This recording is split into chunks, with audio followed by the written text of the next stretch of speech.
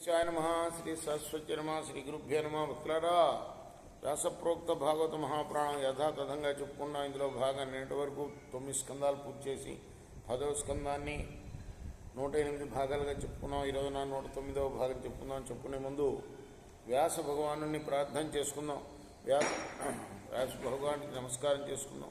ఆంజనేయ స్వామికి నమస్కారం, క్షేత్ర పాలకుడికి నమస్కారం చేసి సమర్థగురు సాయినాథ్ మహారాజ్కి జయ చెప్పుకుంటూ ప్రారంభం చేద్దాం.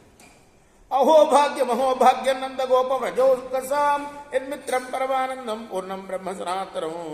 కృష్ణ, నువ్వు నందాది వ్రజవాసులకి ఆప్తమిత్రుడు. ఇది వారి పురాకృత సుకృత ఫలం, వారి భాగ్యమే భాగ్యం అంటూ ఏషాంతు భాగ్యమహిమాచ్యుతదవతాస్తాం ఏకాదశైవ హి వయం బత భూరిభాగా ఏతదృశీకచ శకైర సకృత్ పిబామ సర్వాదయోంఘ్య గజ మధ్వమృతా సవంతే. ఆహా, ఆ గోకులవాసులే కాదు, వారి వల్ల రుద్రుడు, బ్రహ్మదేవుడు, చంద్రుడు, దిగ్దేవతలు, వాయువు, సూర్యుడు, వరుణుడు, అశ్విని దేవతలు, అగ్ని, ఇంద్రుడు, ఉపేంద్రుడు వరుసగా అహంకారం, బుద్ధి, మనస్సు, చెవులు, చర్మం, కన్నులు, నాలుక, ముక్కు, వాక్కు, చేతులు, కాళ్ళు, ఈ 11 ఇంద్రియాలకు అధిష్టాన దేవతలం మేము.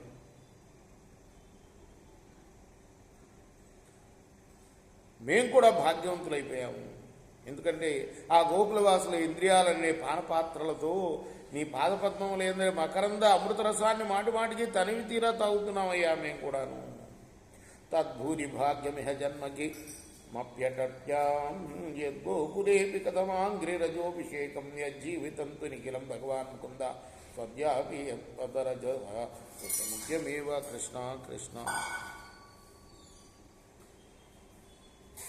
వేదాలన్నీ కూడాను అనాది కాలం నుండి ఈరోజు వరకు నీ పాదధూళి మహిమను తెలుసుకుంటానికి ప్రయత్నం చేస్తూనే ఉన్నాయ్యా. అయితే వ్రజవాసులైన గోపికలు, గోపాలురు, వీళ్ళందరూ కూడా కృష్ణ కృష్ణ అని సర్వాత్మన నిన్నే కీర్తించు, తమ సర్వస్వాన్ని నీకే సమర్పించుకుంటూ నీలో తాదాత్మ్యాన్ని పొందుచు ధన్యులవుతున్నారయ్యా. యథార్థంగా వారికి నీకు భేదం లేదు కనుక వ్రజవాసుల్లో ఏ ఒక్కరి పార్థుడినైనా నా శిరస్సున ధరింపగలిగితే నేను కృతార్థునవుతాను. అందువల్ల స్వామి, ఈ వ్రజభూమి యందు నేను అడవిలోనైనా, గోకులంలోనైనా, చెట్టుగానైనా, పశుపక్షాదులకైనా, మానవుడిగానైనా జన్మించేటట్లుగా అనుగ్రహించడమయ్యా అని బ్రహ్మ ప్రార్థిస్తున్నాడు. అదే నా పాలి భాగ్యం అంటున్నాడు. రేపు కొనసాగిద్దాం. శ్రీ సచిదానంద సద్గురు సాయినాథ్ మహారాజ్కి జయ. జయగోరారతీర్థో సద్గురునాథ దేవ సాయినాథ. పాంచభౌతిక తత్వంగానే హారతలిత్తుమ్రా నిర్గుణమ్మ స్థితే విడి ఎట్టి ఆకారం పొందిదో సాయిరా. సర్వం నుండి నీవే ఇంక నుండి తల్లివలే రజోతమో సత్వం నుండి మాయటి జనించే బాబా మాయటి